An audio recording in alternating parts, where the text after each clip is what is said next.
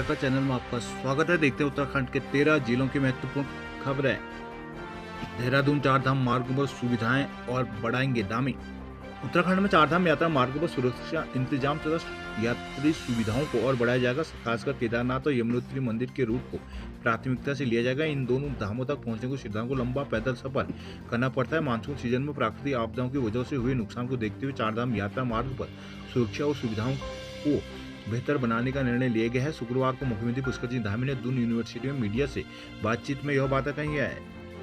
चक्राता में भाजपा नेत्री ने ग्रामीण को जूते से पीटा, मुकदमा हुआ दर्ज। ज्योतिर्मठ श्री हेमकुंड साहिब के कपाट शीतकाल के हुए बंद। देहरादून 8 विधायकों के प्रतिनिधि मंडल ने सचिवालय में सीएम धामी से की मुलाकात।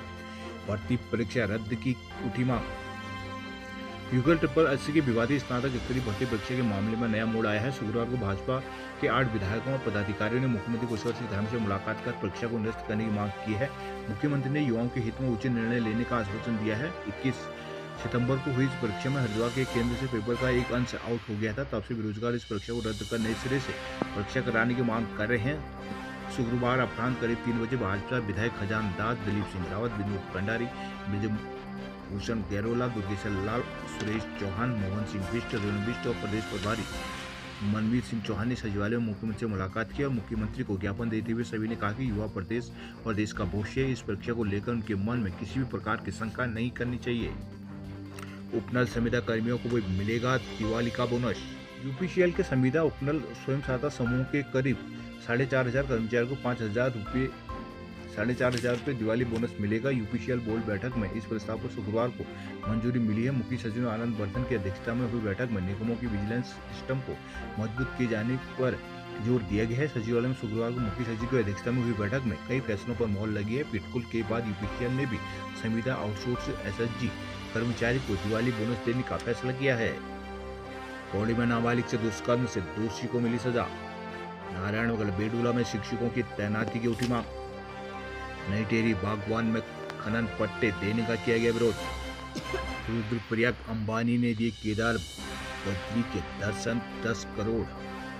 देश के प्रसिद्ध उद्योगपति मुकेश अंबानी ने शुक्रवार को भगवान बद्रीनाथ और बाबा केदार के दर्शन किए हैं। मुकेश अंबानी ने सुबह 9:30 बजे बद्रीनाथ धाम पहुंचकर भगवान बद्री विशाल के दर्शन किए। बद्रीनाथ दर्शन के बाद उन्होंने केदारनाथ धाम में बाबा केदार को शीश नवाया। बद्रीनाथ धाम के दर्शन के बाद कड़ी सुरक्षा व्यवस्था के बीच केदारनाथ पहुंचे मुकेश अंबानी ने मंदिर में करीब 15 मिनट पूजा अर्चना की। वह करीब 12 बजे हेलीकॉप्टर से केदारनाथ पहुंचे। इसके बाद पुजारी व आचार्य वेद पाठी की मौजूदगी में उन्होंने गर्भगृह में भगवान शिव की छठ सुपचार पूजा की। उन्होंने भगवान बद्रीनाथ और बाबा केदार से संपूर्ण विश्व के कल्याण की प्रार्थना की है।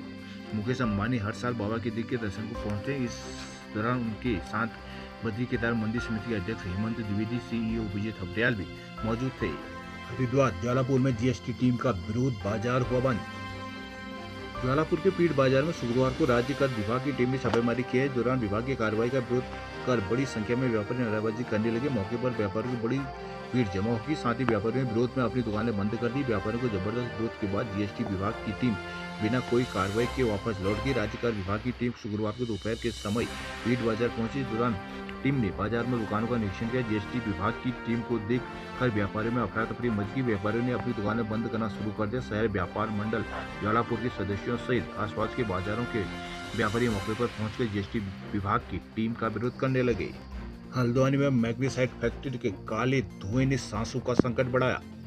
हल्द्वानी के कमलवा गांजा में फैक्ट्री से निकल रहे काले धुएं के गुबार से लोगों को दिक्कतें बढ़ा दी हैं। स्थानीय लोगों का कहना है कि बीते कुछ दिनों से फैक्ट्री का धुआं वायुमंडल की परत में जमा होने से बच्चों बुजुर्गों के स्वास्थ्य के लिए हानिकारक हो गया है। प्रदूषण नियंत्रण बोर्ड ने मौका मुआयना करने के बाद फैक्ट्री के नाम पर्यावरण क्षतिपूर्ति और कारण बताओ नोटिस जारी करने के साथ ही मुख्यालय रिपोर्ट भेजी है। स्थानीय प्रतिनिधियों और लोगों ने कुमाऊं आयुक्त को लिखित शिकायत कर फैक्ट्री बंद कराने की मांग की है। कमलवा गांजा वार्ड 41 भगवानपुर के पार्षद चंद्र प्रकाश ने कुमाऊं आयुक्त को शिकायती पत्र देकर कहा कि उनके इलाके में एक फैक्ट्री में पाउडर मैग्नीशियम कार्बोनेट का उत्पादन किया जा रहा है।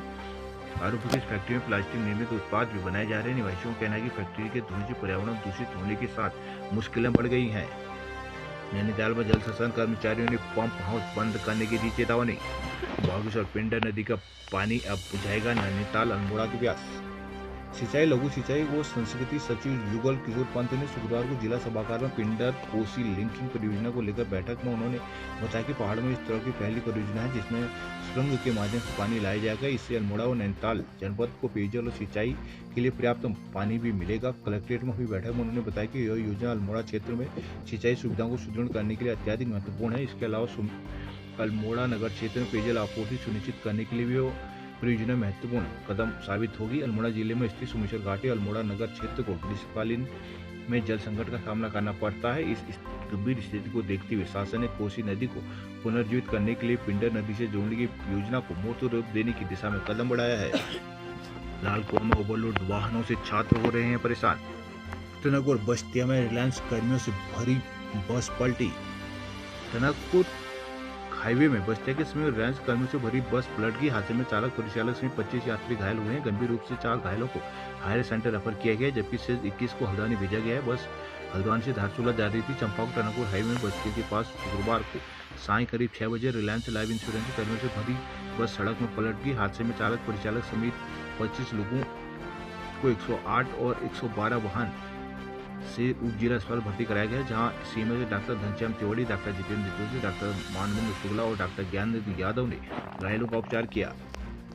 पिथौरागढ़ में प्रशासन और गल्ला विक्रेताओं की बैठक रही बेनतीजा। काल धारक हो रहे हैं परेशान। विभिन्न मांगों को लेकर सस्ता गल्ला विक्रेताओं की चल रही हड़ताल अभी समाप्त होने वाली नहीं है। शुक्रवार को जिला पूर्ति विभाग और विक्रेताओं के बीच हुई बैठक में कोई समाधान नहीं निकला। विक्रेताओं ने आगे भी हड़ताल पर डटे रहने का निर्णय लिया है। इसे राशन कार्ड धारकों को सरकारी राशन अभी तक नहीं मिला है। जिला पूर्ति परिसर में सूरघाटी सस्ता गल्ला विक्रेता कल्याण समिति का धरना प्रदर्शन 40वें दिन भी जारी रहा। बाद में डीएसओ विनय कुमार ने आंदोलनकारी विक्रेताओं के साथ वार्ता की, लेकिन डीएसओ के काफी मनाने के बाद भी विक्रेता मांगों को लेकर अड़े रहे। उन्होंने हड़ताल समाप्त न करने की बात कही है। समिति के जिलाध्यक्ष मनोज पांडे ने कहा कि जब तक पुराने लंबित बिलों को पूरा भुगतान और विक्रेताओं के मानदेय को लेकर कमेटी को गठन नहीं हो जाती तब तक हड़ताल जारी रहेगी। इधर बैठक होने की सूचना के बाद सरकारी राशन पर निर्भर परिवारों को भी उम्मीद थी कि दिवाली से पहले उन्हें राशन बांट दिया जाएगा, लेकिन इस बैठक में कोई निर्णय न आने से आमजन को भी मायूसी मिली है।